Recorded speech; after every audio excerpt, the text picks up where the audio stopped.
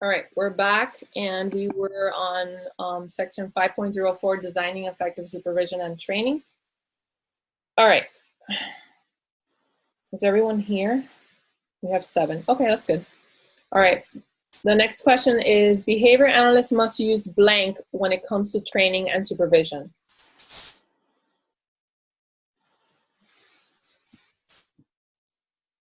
What should they use?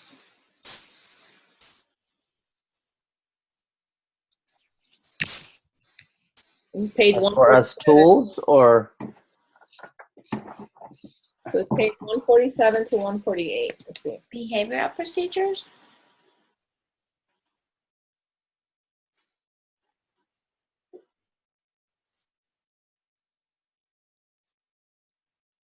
Yeah, perfect. Sorry, guys. I don't know everything. I have to go back. All right. Yes, behavioral procedures. So a BCBA will be reading about and learning exclusively blank.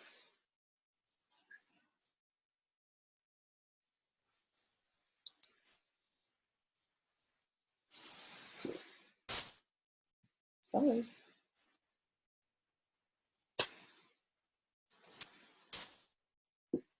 Well, Nadia has memorized the whole book, so she can say it. I have it in front of me, but I'm looking for it. Thanks, honey, guy. Picking on me. It's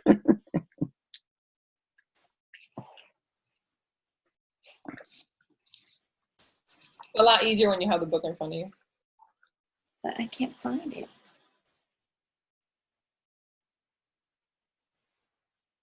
All right, I'll just give it to you guys. Don't worry. Which page? It's evidence-based. Evidence-based. All right, so a BCBA will be reading about and learning exclusively at evidence-based procedures. So basically, we're not going to learn, like we talked the other day, about sensory integration, right? No, that's not what we do. We don't focus on that. So we only look at evidence-based procedures, and we only look at behavior analytic principles. So we're not going to teach our supervisees anything other than that. All right. Okay, this question I made, but it's basically the answers on top. So a supervisor trained her supervisee to put lavender cream on the client at the beginning of the session in order to decrease off-task behavior. Is this ethical? I would say no, because he doesn't go along with behavior analytical. And also, it's not evidence-based as... Right. Right. So it's not evidence-based. That's the main situation there. And it's not behavior analytic principles. So, you know, OTs can say that all day long, but we need to know that we can only do what we are allowed to do. And if we need to follow evidence-based behavior analytic principles, then that's what we need to do. What about families that they do? There are certain people that they have different beliefs, and they put different type of, obviously, not lavender, but some type of creams and stuff, then they believe that it's going to reduce behaviors. Well, what do you do at that time? A parent can do whatever they want. Like, you know, I'm not going to tell them they can't do it. They can do that. But if the parent tells us, hey, remember that you need to put lavender cream on before you start the session, I'm going to kindly say, I'm very sorry, but I'm not allowed to. You know, I could only follow the behavior plan, which it follows the ethical code, which has evidence-based behavior analytic principles. You know, somebody asked, what if the mom requests you to do it? Requests that you do it. If she wants to do it, she can do it. Absolutely. Put it on before you come in. Well, but no, not really. If she says, hey, can I have my son for 10 minutes? I'm going to put cream on him. Go ahead. No problem. You can stop your session for 5-10 minutes so that she can do whatever she feels is necessary. Like, I've had the situation where, you know, a child is having a huge tantrum and they feel, like Martin was saying, maybe in their culture, that is what they believe. If they feel that lavender cream is what's going to make the tantrums decrease, go for it. But I'm not allowed to do that. So, You can't tell them not to do that. You can't tell, like, you know, in hospitals, all families are allowed to bring whatever religion they are allowed to do. And some situations you see that parents think that their religion is what cured their child. You know, I have nothing against that. I'm religious too, but you know, I always say it's a combination of everything. I like that point that you made, because if you think about the hospital, you can take anything as a parent, but we would never say to the doctor, hey, can you rub some of the homemade cream that I made on him? That would be completely unethical for a doctor to do. Absolutely. So, but they do respect you and say, if you want to bring a priest, go ahead. If you want to, you know, do Buddhism, go ahead. You know, they're going to close the door, and they're going to respect your religion and do whatever you have to do, you know, to make yourself happy and believe that your child's going to get better.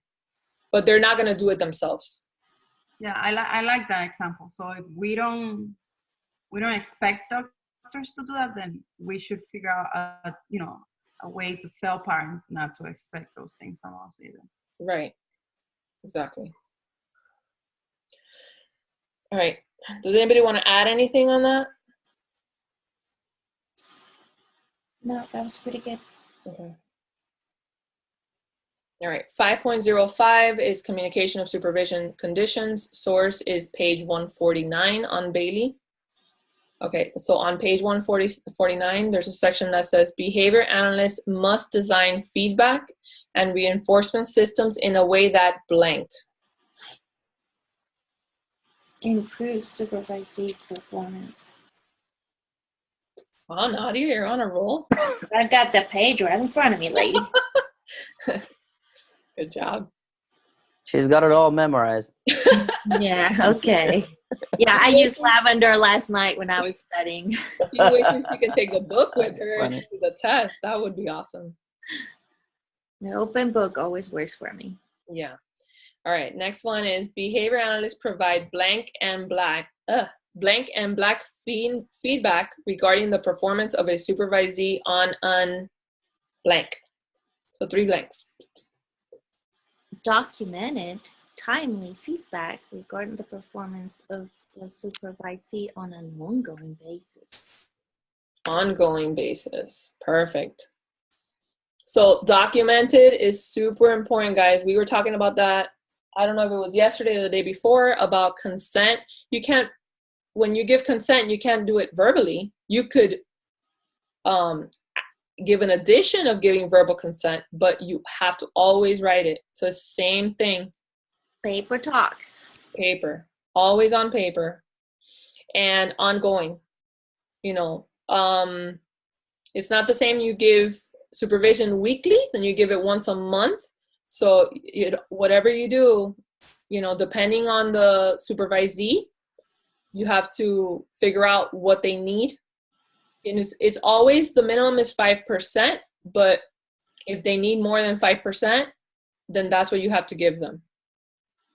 And then when it comes to timely, that's where I spoke about the timelines. So you're going to give them some homework, maybe tell them to read some articles, and then give them a due date, give them maybe some role-playing activities, go over data, give them assessments to go over, things like that. Okay. What is the best practice in ABA for training and supervision? This is also in the book.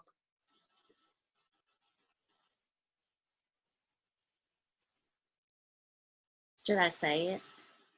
Behavior skills training. Behavior skills training, but it has an explanation here on what that is. Does anybody know what that is? Because I've never even heard of that. It says this basically involves explaining or modeling the desired behavior, giving the supervisee an opportunity to demonstrate the skill, followed by a corrective or positive feedback. Okay, so I guess that's just a name. Mm-hmm. So that's basically what supervision is. It's just that they gave it an official name. Mm-hmm. All right, does anybody want to add anything on 5.05? Can I ask, you said something about 5% of what, the work week? Supervision. No, monthly. That's the minimum of supervision is 5%. But 5% of what? Of whatever. Okay, so if The amount of hours they work for the month? exactly. So for the amount of hours that a supervisee works, you are supposed to give 5% of supervision. But if the supervisee requires more, then you need to provide more. It's almost, you know, I don't know if it's a mandate, but I know it's required. You can't. They're not. I'm sorry. Oh no, I said I see now. I was like 5% of what? Sorry about that. I think it's required by Medicaid as well, if I'm not mistaken. Mm-hmm. Well, the BACB requires that too. You have to keep track. As an RBT also, you have to keep track of how many hours you got supervision a month. Yeah, and I think a BCBA, correct me if I'm wrong, also needs supervision. I don't know if it's 5%, but I know that they need supervision also. Of the direct, yeah. A direct has to be, I forget if it's 5% also. Right, I'm not sure if it's 5%, but I know that they also need supervision. Okay. We can move on. 5.06, providing feedback to supervisees. That's page 149 to 150 on Daymi. All right, so behavior, oh, why does this keep happening? Okay, there you go. Behavior analysts must design systems that obtain ongoing evaluation of their own blank. Behaviors? What? Of their own.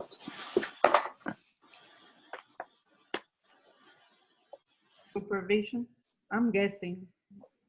I'm guessing too. Supervision activity. So basically supervision. Mm-hmm. There you go. That was a nice guess. You passed the test. Yeah.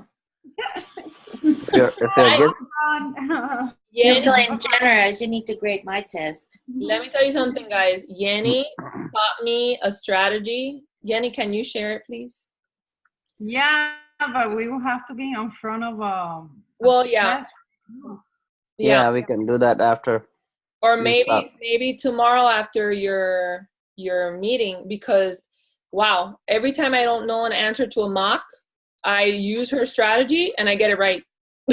I'm like, wow. Oh. Have you really gotten it right? Now she needs to say it. Then I can't wait till tomorrow. That's your reason to go to her meeting tomorrow. A good one. Now I'm gonna make up a question that has this. Bring your lavender oil. Yes, there you go. All right, so the next question is, this one is specifically on page 151, okay? All right, so first, supervisors must specify in writing what is blank of each supervisee, as well as a blank for blank. So. Is that the role?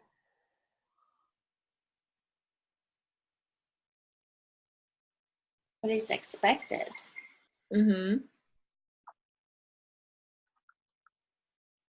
What's expected? Yep. Some sort of timeline for meeting goals. Expected of each supervisee as well as a blank. Timeline for meeting goals. Perfect. Let me tell you, Nadia, I have the book open and I don't find the things that you found. You're like a magician. Where are you looking at, man? It's on the very top part of it. It says first on 1, 2. I wrote it exactly as it is in the book. That's why I wrote on each slide, I wrote Bailey. That way, you know. I know. Okay. Yeah, it starts on the second line of page 151. It says first. If supervisors have followed code 505, they will have specified in writing what is expected of each supervisee, including some sort of timeline. So always when you provide supervision, you have to make sure that the supervisee knows exactly what you're going to require, which is your expectations. And then you have to, like I said before, give timelines and goals. Okay. All right. Have you had supervisors that have done that to you? I had one, but I had 3 supervisors. No, I had 4 supervisors, and 2 of them did that. The other 2 did not. I used to get homework every week. Yeah, 2 of them would provide homework, timelines. Yeah. They would write emails, but the other 2, not really. Yeah. So, but hey, you know what my BCBAs always told me, specifically one BCBA that I had, she told me, and I will never forget this, she always told me, every BCBA is different, but what you're going to do as a supervisee is you're going to pick and choose what you like from each of them, and you're going to make your own. You're going to be your own BCBA. But you got to get what you like from each of them, which I think is a great suggestion, but because none of them are perfect, obviously. But I always said, oh, I like this from this one and this from this one, you know?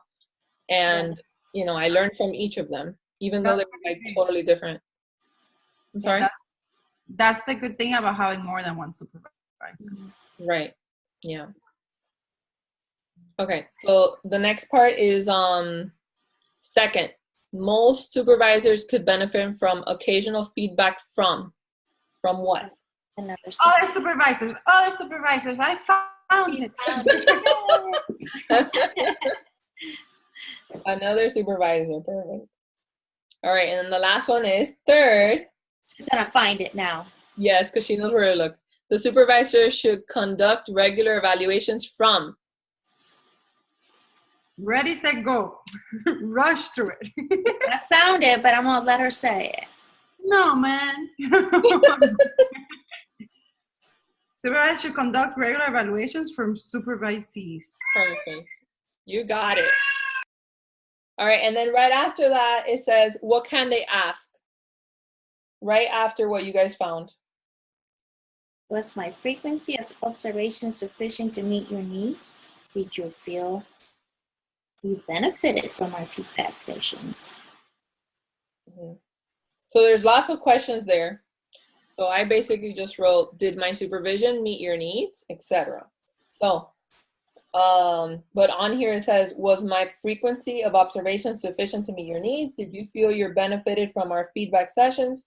Please rate my use of positive reinforcement during the feedback meetings, blah, blah, blah, blah, blah. Okay.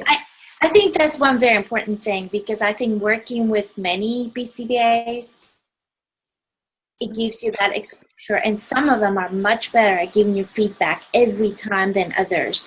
And I've kind of became used to it, and I kind of expected it. And when I did it, I think inside I kind of resented it a little bit if they didn't give me feedback. But I guess in some ways I thought, well, maybe no news is good news. They didn't, tell me you did terrible.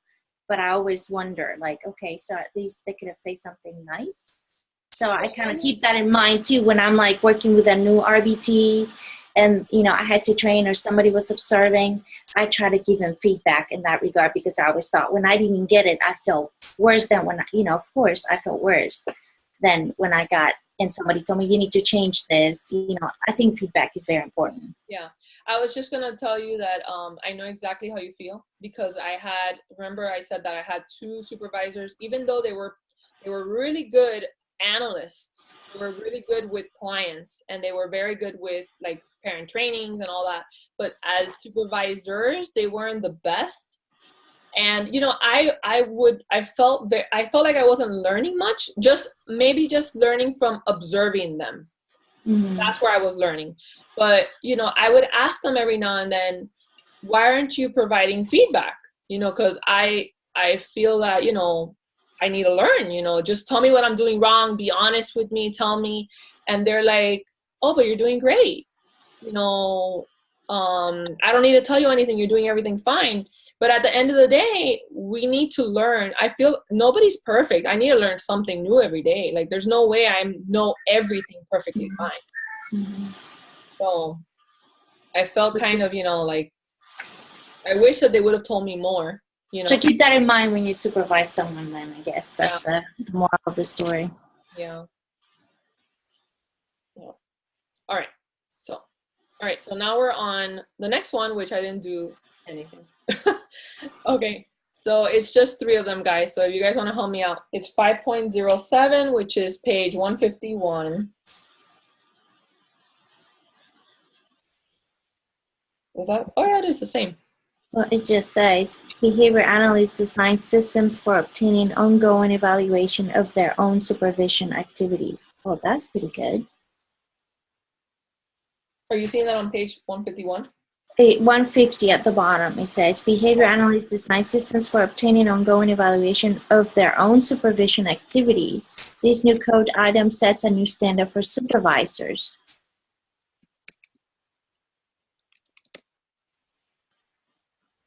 Obtaining ongoing evaluation of their own.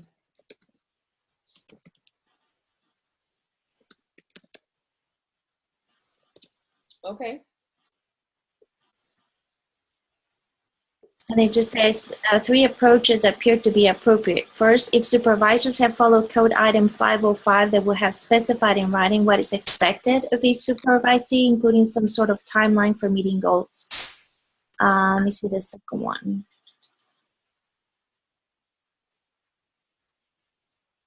Then a final accounting. Didn't we just go over this? Actually, yes, I was just going to say that. This is this right here. But this is in reverse. This is for the, yeah. This is here. First, second, and third is Yeah. the 5.7, right? Right. This is for S07. All right, I did more than I thought. There you go. You see? I pasted it in the wrong place. Mm-hmm. All right, so we did that already. All right, so let's move on to the next section, which is 6.0, and that's page 158. This is a different section. This is not supervision. This is behavior analyst ethical responsibility to the profession of behavior analysis. So 6.01, it's affirming principles. And it says, above all other professional training, behavior analysts uphold and advance the values, ethics, and principles of the profession of behavior analysis. So I'm going to write BCBA provides professional training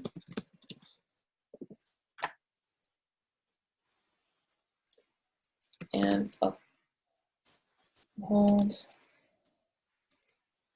values, ethics, and principles of the profession of behavior analysis. All right, does anybody want to add anything or see anything that stands out to them? Yeah, they're saying that we need to uphold the 7 dimensions of ABA and take it seriously.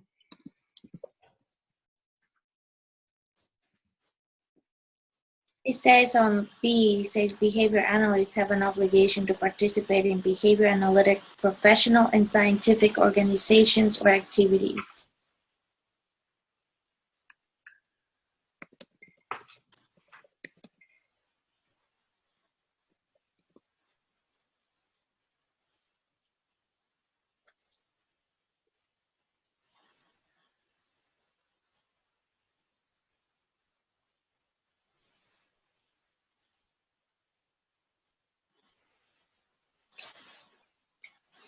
That's all I got.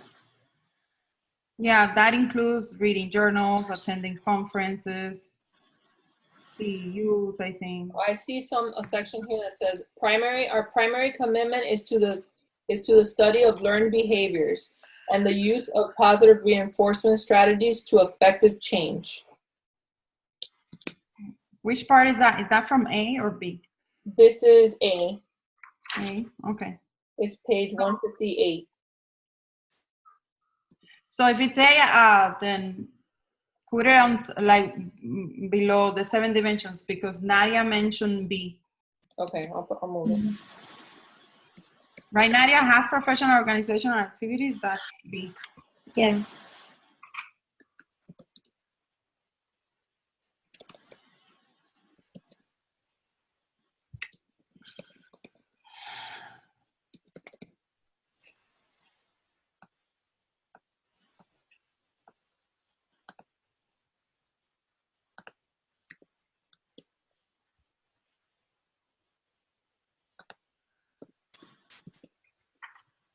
Okay, and you said that's on B? Mm-hmm.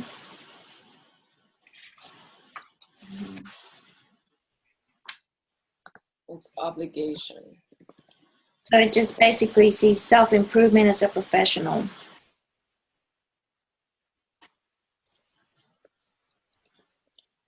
It says it is now an obligation rather than strongly encouraged, as in the previous guidelines. The basic idea is that professionals in ABA should stay in close touch with new developments in the field regarding journals, attending conferences, and going to workshops. Workshops is the best way to stay informed and connected.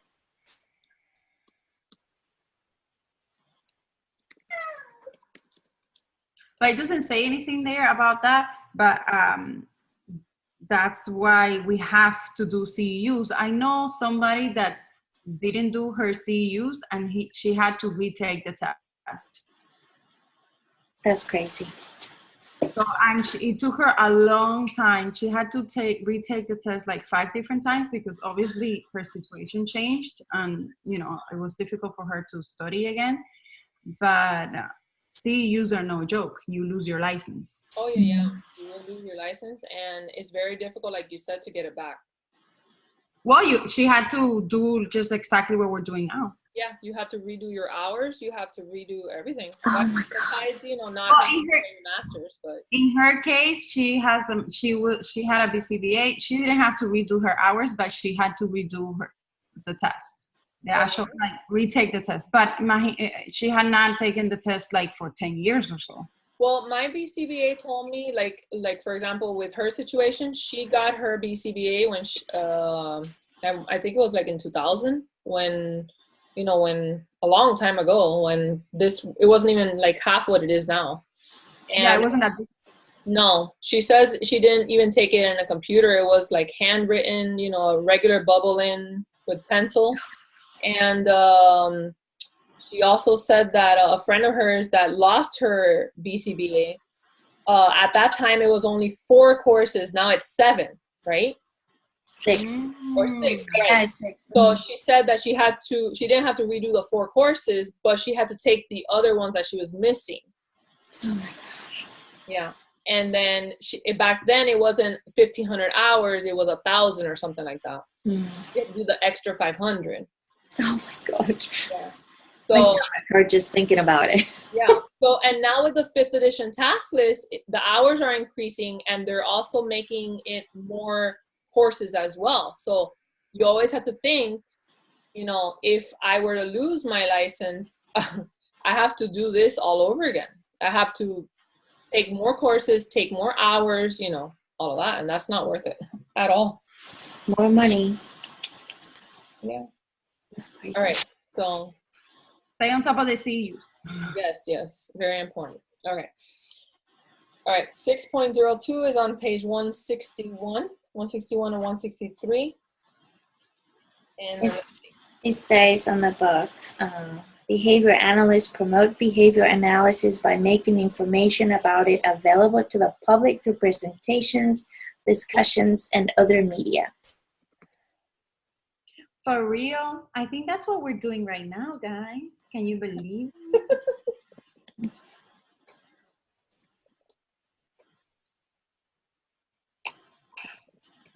and we're doing it for free. Mm-hmm. Ooh, presentations. Discussions, and other media. And this is all from the Bailey and Birch.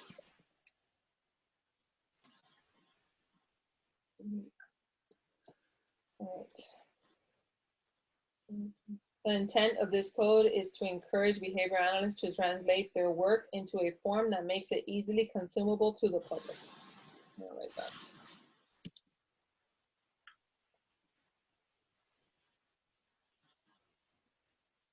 To the public.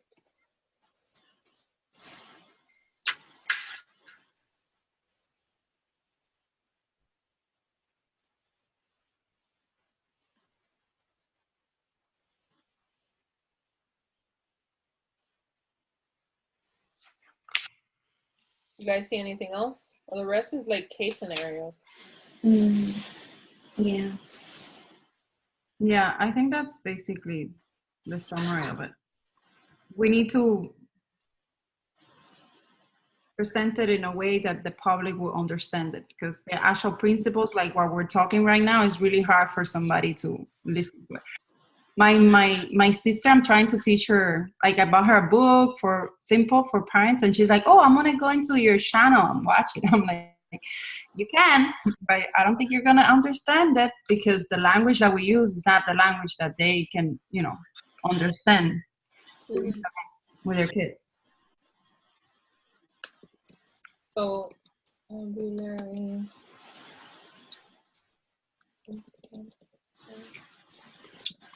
And communicate with clients. It's been so long since I read this book. I can't believe it. It's good that we're going over it. Thank you.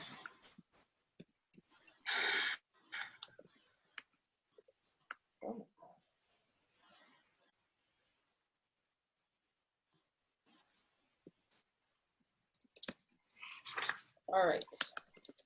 You guys want to add anything else? I think we're good, right? This part was simple.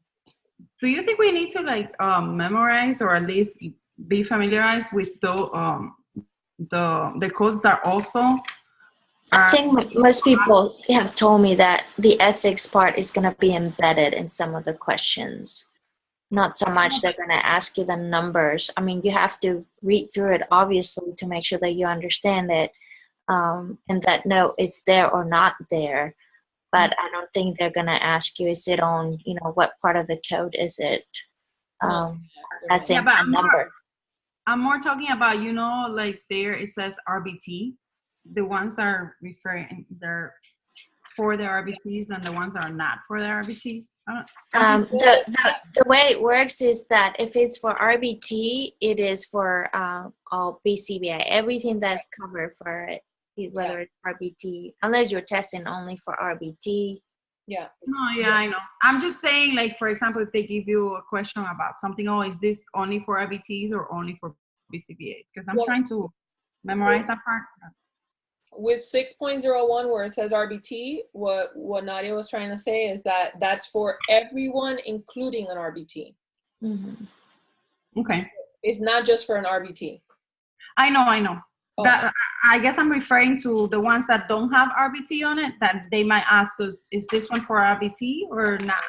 Something like that. I don't think so. They'll do that. Okay. Let's not complicate our thing. No, I think that most of the questions are going to be like, into the question and asking if it's ethical or not ethical, or, or what's the most ethical situation, or what's the best outcome, or things like that. Okay. Yeah, I hope so. It will. Think positive. Because if you think about it, I mean, the ethics part is not really in the task list. No, it's not. It's a separate code, so you just need to be familiar with it. Yeah. Okay. You just need to know what's allowed and what's not allowed, and how we provide. You would handle a situation, yeah. Right. All right, guys, that's the end of my session, and thanks for joining. Remember, tomorrow is Yenny's meeting at 9 p.m. Central, 10 p.m. Eastern. Next week, we're doing AKAs. Oh, my favorite. Yay. Yeah. And do you guys have any questions? I have a question. Yeah. I mean, I feel like I was, my first day of school, not prepared for anything. So I have the ethics second edition, and I was trying to look for information. I was able to find some, but it's not, of course, not the same. Uh-huh. Do we need to have the third edition? No. Or where we can find all this information? The board provide all this information? Yes, you go to the BACB and you look for the compliance code. It's there. Yeah, just Google professional and ethical compliance code. Mm-hmm. And it'll come out. You're going to see that when you find it, it's going to say it's from the BACB website. Oh, and okay. it's in a PDF format, so you can print it. I print it and I put it in sheet protectors, and I have it with me all the time. And how often do they change? Every year? No, not yearly. It's a few years before they change it. Oh, okay. Yeah. Okay, thank you. Thank you, Daymi. Thank you all. You're welcome, guys. Remember that tomorrow Yenny's going to go over the strategy, so don't miss it. Thank you, Daymi. You're so I appreciate it. Thank I'm you. gonna remind her. Yeah.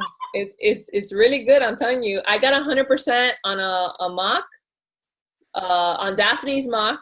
With her strategy, I got 3 questions right that I didn't know. No way, for real? For real. For real, I'm not kidding. And then on another mock that I got an 80%, which I've been getting 60s like on everything, I got an 80% using her strategy. Oh, wow. She Oh, needs yeah. to patent it. That's it, guys. Let's do it tonight then. I'm just No, kidding. tomorrow. Yeah, because I got to take a walk tomorrow. All right, guys. Good night. Good night. See you tomorrow. Bye. Take care.